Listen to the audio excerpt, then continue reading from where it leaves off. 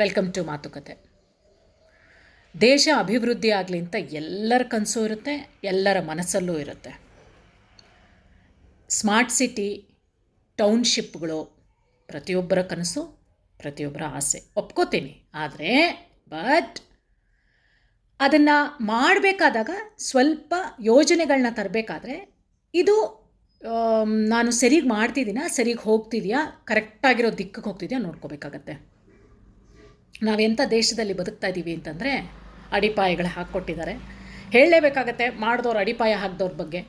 ಜೈ ಜವಾನ್ ಜೈ ಕಿಸಾನ್ ಅಂತ ಹಿರಿಯರು ಹೇಳಿರೋ ಅಂಥ ದೇಶದಲ್ಲಿ ನಾವಿರೋದು. ಇಲ್ಲಿ ಅಧಿಕಾರಿಗಳನ್ನ ಕಳಿಸ್ತೀರಾ, ಹೋಗಿ ಸರ್ವೆ ಮಾಡ್ಕೊಂಡು ಬಂದುಬಿಡಿ ಅಂತ. ಆ ಕಡೆ ರೈತರಿಗೆ ಆಬ್ವಿಯಸ್ಲಿ ಅವ್ರು ನಮ್ಮ ದೇಶದ ಬೆನ್ನೆಲುಬು, ಕಷ್ಟಪಟ್ಟು ಮಾಡಿಕೊಂಡು ಅವರು ಉಳುಮೆ ಮಾಡಿ ಬೇರೆಯವ್ರಿಗೆ ತಿನ್ನಿಸ್ತಿದ್ದಾರೆ. ಅವ್ರು ತಿನ್ನೋಕ್ಕೆ ಮುಂಚೆ ಬೆವರು ಸುರಿಸಿ ಅವ್ರ ಕಷ್ಟ ಅವ್ರಿಗೆ ಗೊತ್ತು. ಅವರು ಆಬ್ವಿಯಸ್ಲಿ ಅಲ್ಲಿ ದಂಗೆ ಹೇಳ್ತಾರೆ. ಈ ಕಡೆ ಪೊಲೀಸರು ಅವ್ರನ್ನ ಕಂಟ್ರೋಲ್ ಮಾಡಲೇಬೇಕಾಗತ್ತೆ. ಇಲ್ಲ, ಇಬ್ಬರು ಜಗಳ ಮಾಡ್ತಿದ್ರೆ ಇಲ್ಲಿ ನೋಡ್ಕೊಂಡು ಇವ್ರು ನಿಂತಿರೋಕ್ಕಾಗಲ್ಲ ಅಲ್ವಾ, ಇವ್ರ ಕೈಲಿ ಅಧಿಕಾರ ಇದೆ ಏನಂತ ಪ್ರೊಟೆಕ್ಷನ್ ಕೊಡಬೇಕು ಇವರು. ಸೊ ಜಗಳ ಬಿಡಿಸ್ತಾರೆ ಹೀಗೆ. ಸೊ ಇಲ್ಲಿ 3 ಜನ ಜಗಳ ಆಡ್ತಾ ಇದ್ದಾರೆ. ಯಾರ್ಯಾರು? ಒಂದು ಸರ್ಕಾರ ಕಳಿಸಿರೋ ಅಂಥ ಸರ್ವೆ ಅಧಿಕಾರಿಗಳು, 2ನೇದು ರೈತರು, 3ನೇದು ಪೊಲೀಸರು. ಎಲ್ಲರೂ ನಿಷ್ಠೂರ ಆದರು ಇಲ್ಲಿ. ಸೊ ಒಬ್ರಿಗೊಬ್ರಿಗೆ ಜಗಳ ಮಾಡ್ಕೊಂಡು ಈ ಜಗಳ ಬಿಡಿಸೋರು ನಿಷ್ಠೂರ ಆಗ್ತಿದ್ದಾರೆ. ಯಾರು ತಮಾಷೆ ನೋಡ್ತಿದ್ದೀರಾ? ಯಾಕೆ ಜೈ ಜವಾನ್ ಜೈ ಕಿಸಾನ್ ಎಲ್ಲೋಯ್ತು? ಹಾಗಾದರೆ ನಾವು ಓದಿದ್ದು 80%, 90% ನಮ್ಮ ದೇಶ ಫಾರ್ಮಿಂಗ್ ಅಂದರೆ ಉಳುಮೆನಲ್ಲೇ ಬೇಸಾಯ ಮಾಡೋದ್ರಲ್ಲಿ ನಾವು ಡಿಪೆಂಡ್ ಆಗಿದ್ದೀವಿ ಎಂದಿದ್ದೆಲ್ಲ ಏನು ಮಣ್ಣ?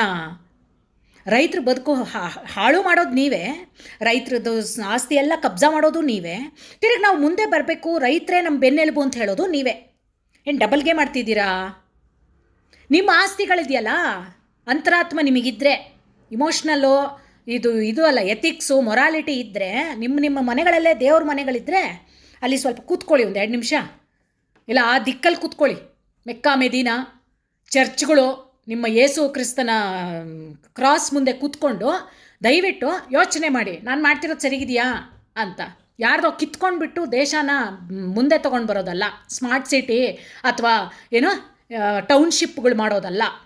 ಇರೋದನ್ನು ಡೆವಲಪ್ ಮಾಡಿ, ಒಳ್ಳೊಳ್ಳೆ ಸ್ಕೂಲ್ಗಳನ್ನ ತನ್ನಿ, ನಗರಸಭೆಗಳು, ಪಂಚಾಯತಿ ಲೆವೆಲಲ್ಲಿ ಕೆಲಸಗಳಾಗ್ತಿದೆಯಾ ನೋಡಿ, DC ಗಳು ನೀಟಾಗಿ ವರ್ಕ್ ಮಾಡ್ತಿದ್ದಾರ ನೋಡಿ, ಈ ಥರದ್ದು ನೋಡ್ಕೊಳ್ಳಿ ಸಾಕು. ಉಳುಮೆ ಮಾಡೋರಿಗೆ ಹೊಟ್ಟೆಗೆ ಹೋಗಿ ಬಿಸಿ, ಅವ್ರ ಹೊಟ್ಟೆಗೆ ಬೇಸಾಯ ಮಾಡೋರಿಗೆ ಇದು ಮಾಡಬೇಡಿ. ನಾಳೆ ಊಟಕ್ಕೂ ನಾವು ಬೇರೆ ದೇಶಕ್ಕೆ ಹೋಗ್ಬಿಟ್ಟು ಕೇಳಬೇಕಾಗತ್ತೆ.